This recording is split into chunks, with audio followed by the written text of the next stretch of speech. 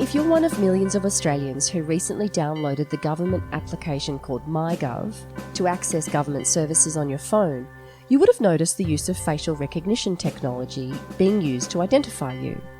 The application had used voice recognition before, but now you can put your face to the camera and the application will scan your face to ensure you are you.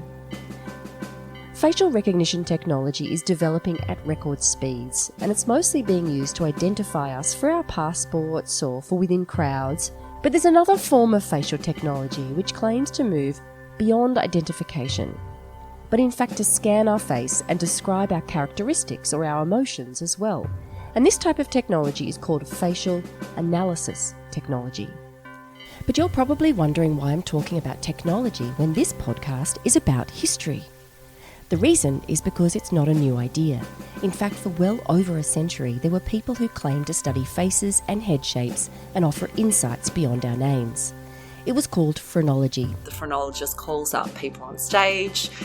He or she might be blindfolded, for example, to really show that they're not basing their assessment on any kind of visual marker. They are just working with their hands and using their skill to read the shape of the head. And it was delivered in many, many forms with some very dark implications.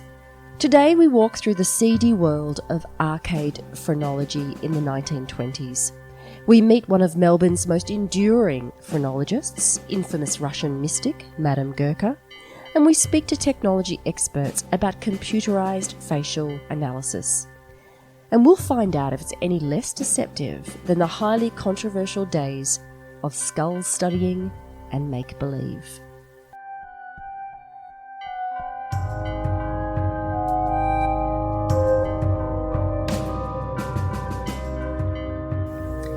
My name's Kate Follington, and you're listening to the podcast Look History in the Eye, produced by Public Record Office Victoria, the archive of the state government. 100 kilometres of public records are preserved in climate-controlled vaults. We meet the people who dig into those boxes, look history in the eye, and bother to wonder why. You can see records related to this story by searching Look History in the Eye podcast online.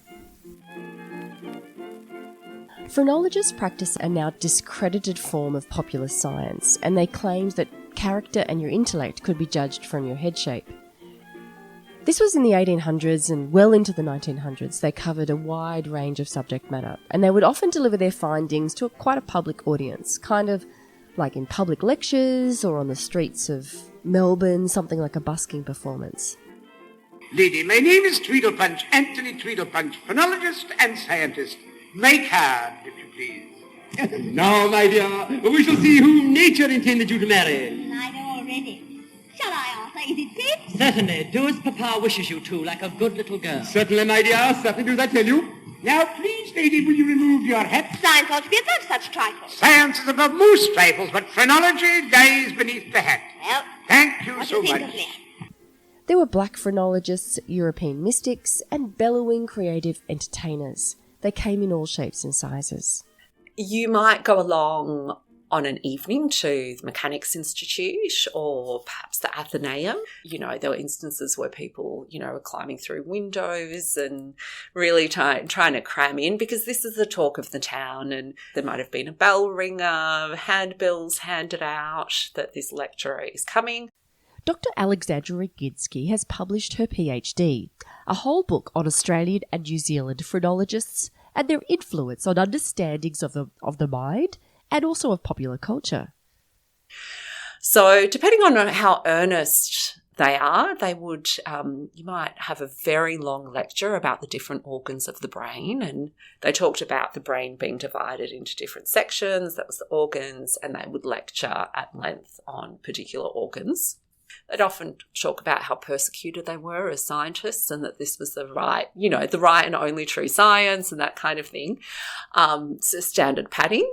Mm-hmm. And then you'd go into the public readings. And this was, in a sense, the great test of the phrenological skill. This is a time when scientific inquiry is quite participatory. So the audience feels that they're going to make up their own mind, right? They're going to watch this and they're part of the experience of deciding and validating the truth or falsity of this thing. So, the phrenologist calls up people on stage.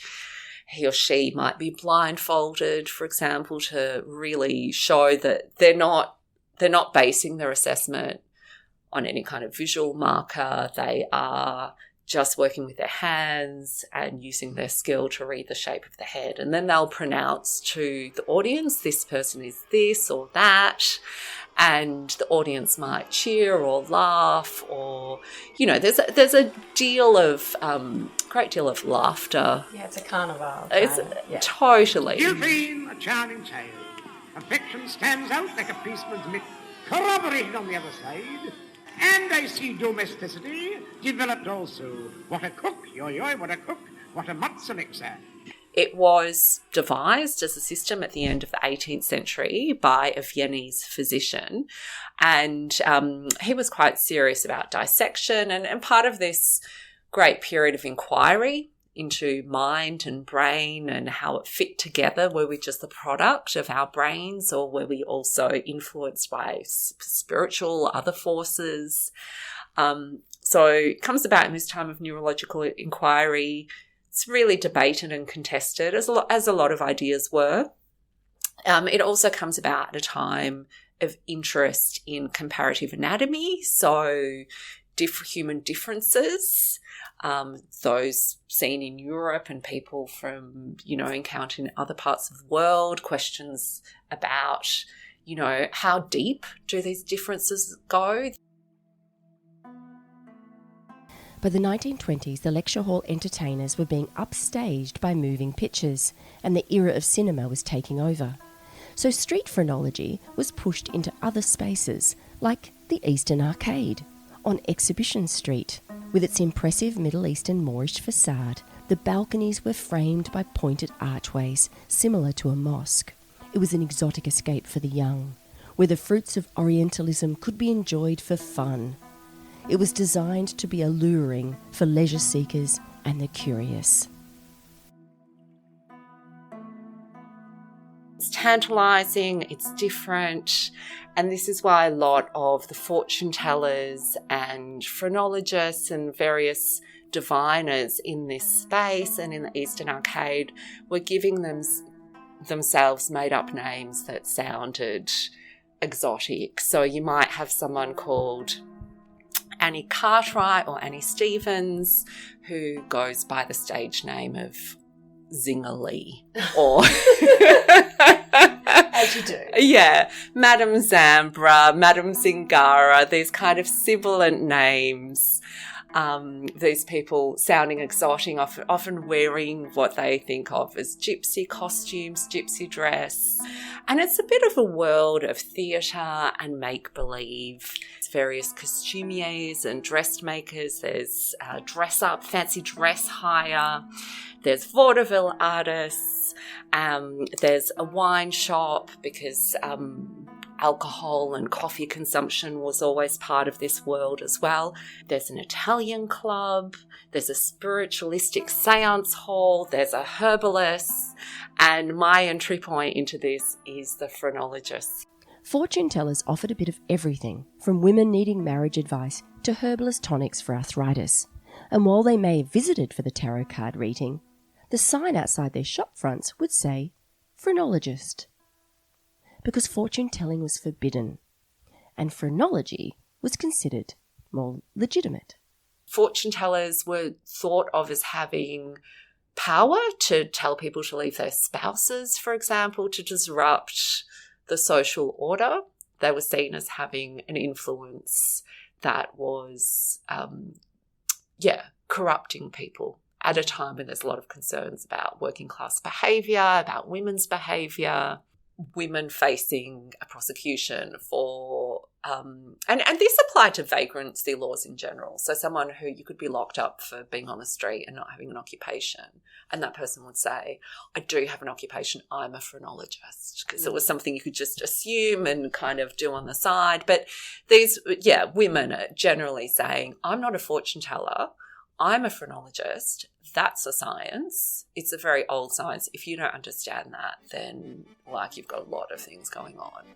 It's hard to talk about phrenology in Melbourne without mentioning Madame Gurkha or Julia Glushkova. She upstaged them all. She was a character reader and Melbourne's most enduring and reputation at least phrenologist. Arriving in Australia at the end of the First World War in 1917, her infamy reached new heights when she was linked to a murder case that was still being heard within the Melbourne judicial system right up until recently. She was actually a Russian migrant who earlier in her life was known as Julia Glushkova or Gushkova. And she seems to have been born in Odessa, but she was half Welsh and emigrated to Wales in 1882.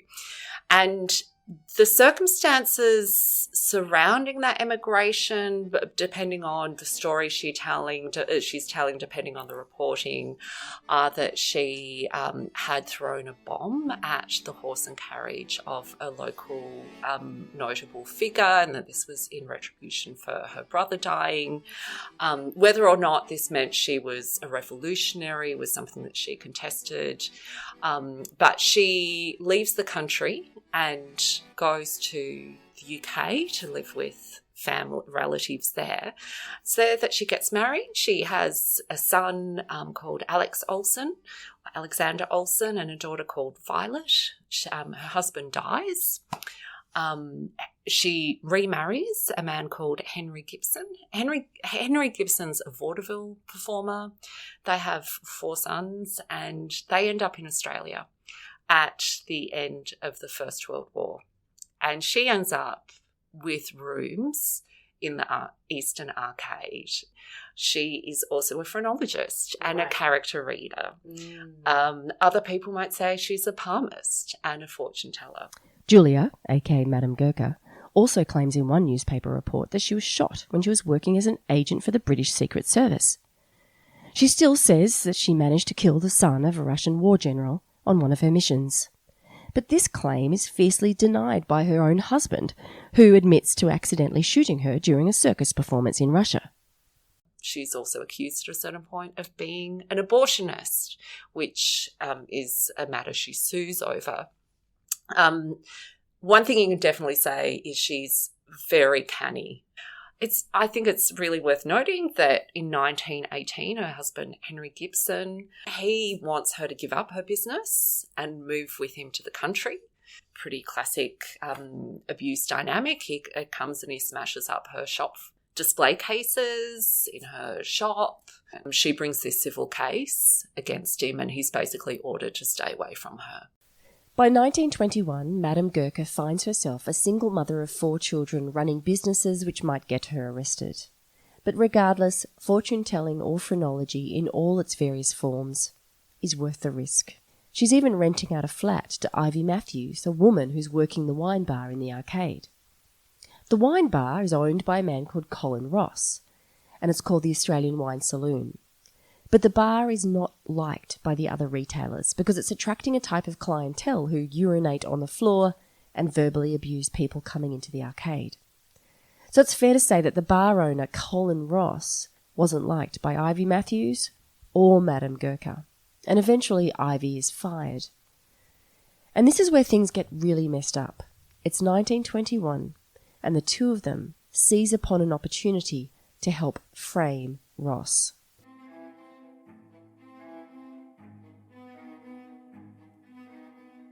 It's a really sad case, which ends up haunting Madame Gurkha and the Melbourne judicial system for another century. It's the murder case of 12-year-old Alma Tejka, otherwise known as the Gunn-Alley Murder. On the 30th of December 1921, is sent by her grandmother from the grandmother's home in Jolimont to pick up some meat from the city. And she goes to the butcher. She's seen wearing a distinctive blue skirt and white blouse and has ribbons. And she ends up around the location of the Eastern Arcade, seen with her brown parcel. and various people see her. She doesn't come home that night, and the next morning her body is found in Gunn-Alley, which is a small laneway off Little Collins Street, very close to the Eastern Arcade. This murder is very shocking. It really shakes up the city. There's a lot of speculation about who it might be. And the police end up arresting Ross and prosecuting him. And the evidence really hinges on the testimony of 3 people, one of whom is Ivy Matthews, another is a sex worker called Olive Maddox, who is also associated with that place and knows Ross, and the other is a man awaiting trial in jail who claims that Ross, when he's on remand, makes this confession to him in very lurid and awful details. So they're claiming that Ross confessed to the crime, that it was part of a pattern, that he had pedophilic tendencies, basically. That testimony, together with hair sampling, so this is an early instance of hair sampling used in a forensic context, is used to convict him. But there's a very strong case made by the barrister. He publishes a book about this, that Ross has been wrongly convicted. Colin Ross is found guilty by jury, is then hung in April 1922. The case is closely followed by the media, in particular the Herald, who also offer a financial reward to solve the crime. And then that reward is then shared among, Madame Gurker and Ivy Matthews, along with other Crown witnesses, many of whom were even staying at Madame Gurker's home during the trial. If you are interested in this case, there are several detailed books and newspaper articles written about it, and you can find those at the State Library of Victoria, along with the court files, which you can find here at Public Record Office Victoria, many of which are digitised. There is a silver lining to this story, and that is that Ross is eventually proven to be innocent. But in the late 1990s, the hair samples, which were in the records from the Ross case, they're taken to the Victorian Institute of Forensic Medicine and they're sampled. And these are not the same hairs. So the hairs that were snipped from the head of Almatichka are not the same hairs as those that are found on these blankets that had been in Ross's possession. So he's ultimately exonerated. He is. Yeah, posthumously. Yeah. And that it does cast the role of this network of people who testify in this case that contribute to his conviction, and Madame Gurker as one of the puppet masters within that group in a very different light.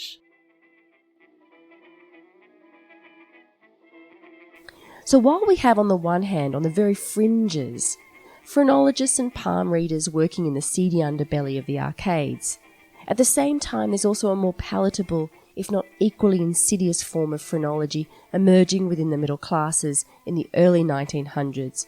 And this form of phrenology then contributes to a conversation about what makes the ideal Australian. And during the early 1900s, that person was a white male born on Australian soil. There's a shift during the 19th century from what is known as an environmentalist approach, which says that,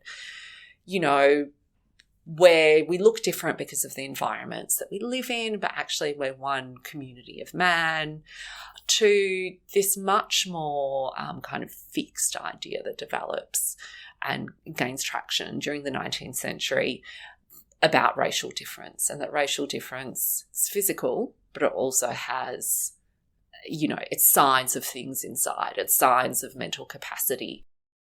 The long-term legacy of phrenology, the pseudoscience you might say, is that it overlaps and is commonly associated with eugenics. Those phrenologists who attempted to idealise white European heads over any other cultural ancestry, describing them as inferior due to their head shape. And so phrenology does become also a form of racial science, very importantly. This is why we have skull collections collected by phrenologists that include Australian Aboriginal ancestral remains, for example, those of other people. In America, it was used very much in thinking about people of African heritage as well. So it has those darker connotations. We've also got the social reformers, what we would think of as the small L liberals of the day, the progressives. So in the early 19th century, there's a group established at the Athenaeum. They're called the Phrenological and Health Institute of Australasia. They have a magazine called Mind and Body.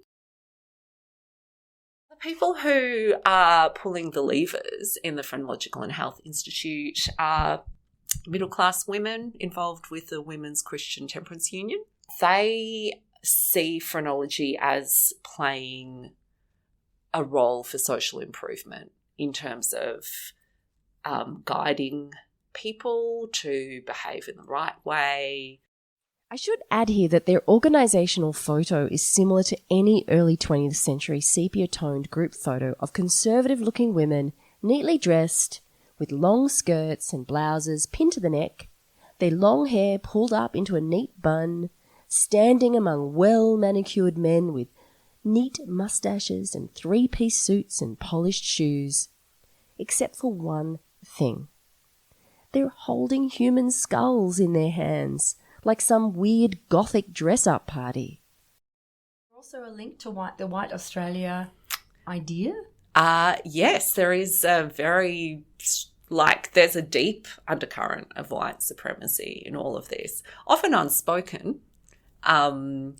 But if you look at who the focus is on for improvement, it is a concern about the white race. It's a concern about who are Australians, how can we make them as strong and robust as possible, and a concern with organising society in a way that produces the best stock.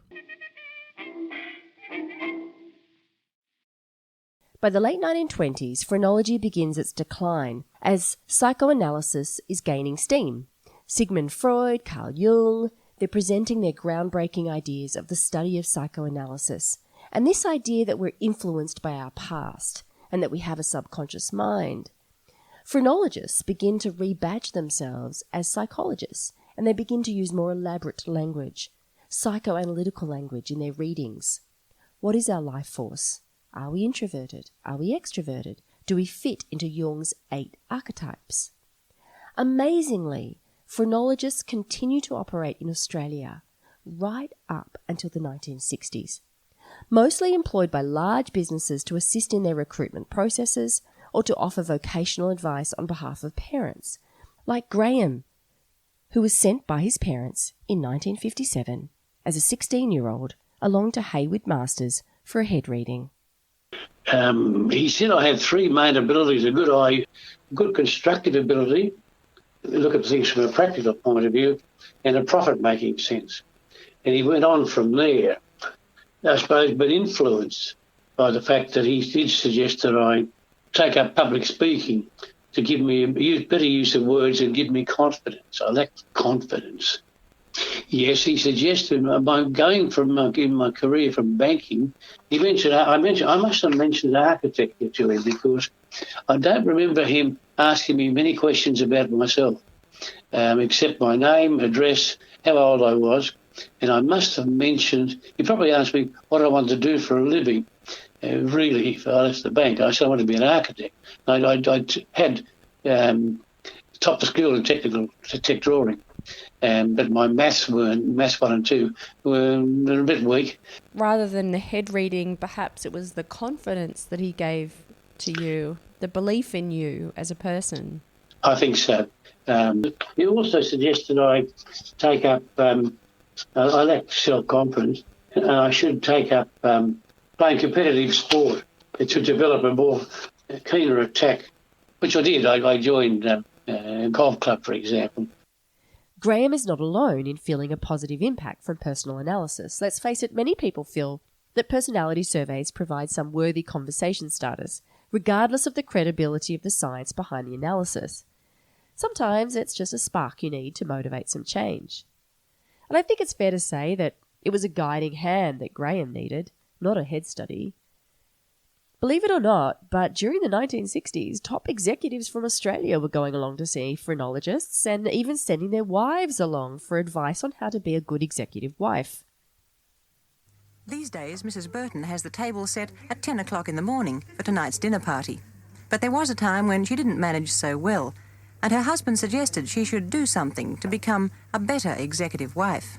Yes, as a matter of fact, he had done something himself about being a better executive, and he'd gone to a phrenologist. A phrenologist is a person that puts his hands through your hair, feels your bumps, and then sits back and enjoys conversation with you, and then helps you adjust your way of thinking. So your husband suggested that you should go? So he suggested maybe I'd like to do this because other executives' wives had more or less had an inspection from this person. And we are now well into the 21st century, and there's a new phrenologist in town. This time, the hands that feel our heads to draw conclusions are touchless. They're analysing our faces with screen-based cameras and spitting out their findings based on mass datasets. And while we sit at the very early stages of artificial intelligence and machine learning, there is emerging a new form of technological deception, akin to the phrenologist of the past. And this is why governments are seeking regulatory guidance on how to ensure that computers and their machine learning software don't begin to promise insights beyond identification and claim things about our character or emotional states which are simply untrue. There's a lot of experimentation that has been done on other forms of facial analysis. Perhaps one of the most infamous examples of that was a team of researchers in the United States at Stanford University who did this really controversial experiment where they took a large number of photographs from a dating app, Grindr, which is particularly used by people in the LGBT community. And what they tried to kind of use a machine learning algorithm to do was to identify the characteristics associated with people who might be, say, gay or lesbian. And then when a new photo was put before the machine, it was asked, is this person likely to be gay or lesbian? And that's a really concerning example. Yes, that was done in an experimental scenario. It wasn't being done, as we understand it, to make decisions that would affect people's legal rights. But nevertheless, if that sort of application were to get into the wrong hands, we would be really worried. One, just incredibly sensitive information. Two, the system didn't work very well. The idea that someone's sexual orientation would be revealed by something about their facial structure, I mean, that is the very kind of essence of phrenology. The science behind that is just plain wrong. That's Professor Edward Santow. He's the co-director of the University of Technology Sydney's Human Technology Institute. His team are working on identifying the gaps where legislation is not sufficient to control how technology may be used to analyse us as people and identify us and influence decision-making.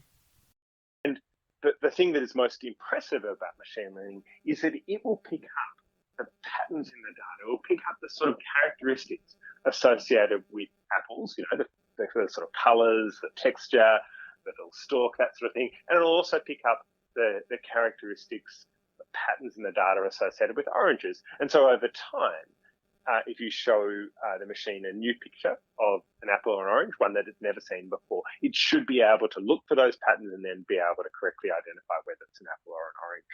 So that's the idea behind all machine learning-based image recognition. So the thing about facial analysis is that it relies on exactly that technique. So let's say what you are trying to do is use facial analysis to determine whether someone is responsible or not. Mm-hmm. The original sin starts with the labelling because you still have to give it a whole bunch of pictures of people who are responsible, labelled either responsible or irresponsible. Yeah, exactly. And so you can do that. Maybe you could maybe say, look, the category of people that you want to describe as irresponsible is people, photos of people who've been, sentenced to prison for 10 years or more for, terrible crimes, right? So maybe that is the very definition of an irresponsible person. And the training data for people who are responsible might be people, who have been, awarded prizes for doing the right thing, right? So let's just say, it'd be very difficult, but let's just say, for the sake of argument, you could get photos, very large number of photos of people in those two categories. It would, but I just do want to emphasise that would be incredibly difficult, if not impossible. But secondly, there's a really basic problem here, which is what makes someone responsible or irresponsible has nothing to do with their face. Someone is not more responsible because of the size of their nose or the placement of their ears or anything like that. Those things they just don't reveal anything about your level of responsibility. And so the problem is that the machine will still find patterns in the data, right? But they're meaningless. Unfortunately, at this point, there is no obligation for companies to disclose the modelling data that they're feeding into the machines. What photos, what labels are marked against what data, to produce patterns and then produce analysis. And this is concerning, particularly when the research they're using to train the software is historically problematic, or that permissions to utilise data about us haven't been correctly sought. Christopher O'Neill is part of a research team from the Australian Research Centre of Excellence on Automated Decision-Making. He acknowledges that facial analysis technology is still on the fringes. It's being used more in America than it is here. But there's some concerning data, particularly data linking facial expressions to emotional states. So emotion detection algorithms, they're mostly predicated upon the work of a psychologist, Paul Ekman, who's an American psychologist working in from the 50s and 60s. He was employed by DARPA, which is the big defense research institute in America. And basically they were asking him to try and work out a universal template for emotions. And he conducted what is now considered generally very dubious research. He went to Papua New Guinea, sort of thinking that people who lived in Papua New Guinea was sort of in a kind of living closer to nature, and so they were kind of closer to like pure emotion than we were in Australia or in America in the West, and so he was kind of using images of these people to try and sort of detect or try and sort of define sort of pure emotional states. Like, this is what a purely happy face looks like, a purely sad face, a purely angry face. And these have basically been used as the templates for trying to determine, what a particular emotion looks like. Yeah. Now, it rests upon an extremely dubious idea. One, that there is such a thing as a pure emotional state that is universal. The idea that you and, I feel happy in the same way you feel happy, in the same way that anybody in the world might feel happy. And also the idea that there's a universal, language of the face that we might use to express that happiness or anger or stress or whatever. The way we express emotion is highly culturally specific. It's determined by social norms and that kind of thing.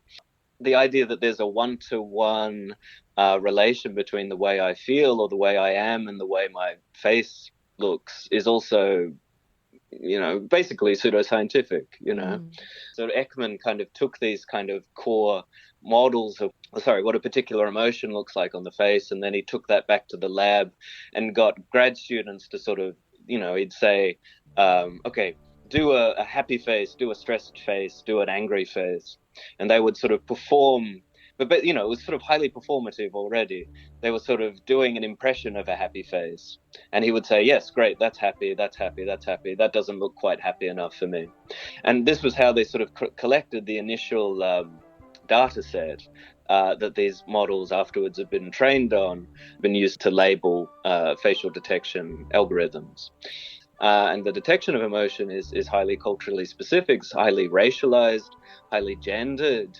There's been studies that have been done of emotion detection algorithms that have found they tend to classify, for example, African American people, you know, tend to look angrier according to these algorithms than white people do. And so there's a kind of inbuilt sort of central presupposition of the models wrong, but they sort of reinforce or racial bias. And this is obviously a huge problem in terms of if they get used in job interviews. And this is the interesting part about human beings. Why do we seek out deception? Why don't we trust our own intuition? Are we so afraid of being wrong that we would rather blame a machine? We would rather be willingly deceived because the responsibility of the decision is then placed onto the shoulders of a machine or a fortune teller? We would rather do that than experience the discomfort of a poor decision, than embrace the natural chaos of the occasional win and the occasional fail. You know, generally speaking, if companies buy these, they're sort of told that these algorithms are reliable, to sort of, even if they're sort of spitting out data that seems like, oh, I don't know, I had a bad feeling about this guy, or this guy doesn't, you know, he doesn't seem that happy to me. You know, I mean, or whatever. Yeah. Or he interviewed really badly, and I had a bad feeling about him. But the algorithm is saying he's a wonderful person. There's not necessarily any easy way to question these algorithms. I guess it comes down to this idea that we would trust data over our own intuition. Yeah, there's a term in the literature called automation bias, which people tend to trust automated systems more than they trust their own judgment. Phrenology and any form of insight offered from reading our faces or our heads was deceptive a century ago and is still deceptive today, regardless of whether a computer is making that analysis or Zing-a-lee. You can trace back to sort of phrenology of the idea that the face is a sort of universal signifier, that it's true everywhere all the time, that you can, you know, across cultures and across environments and so forth. But in practice, the face is actually very unstable, bears the marker of culture, of society, and of environmental determinants in ways that can be, you know, quite strange and quite difficult to predict ahead of time.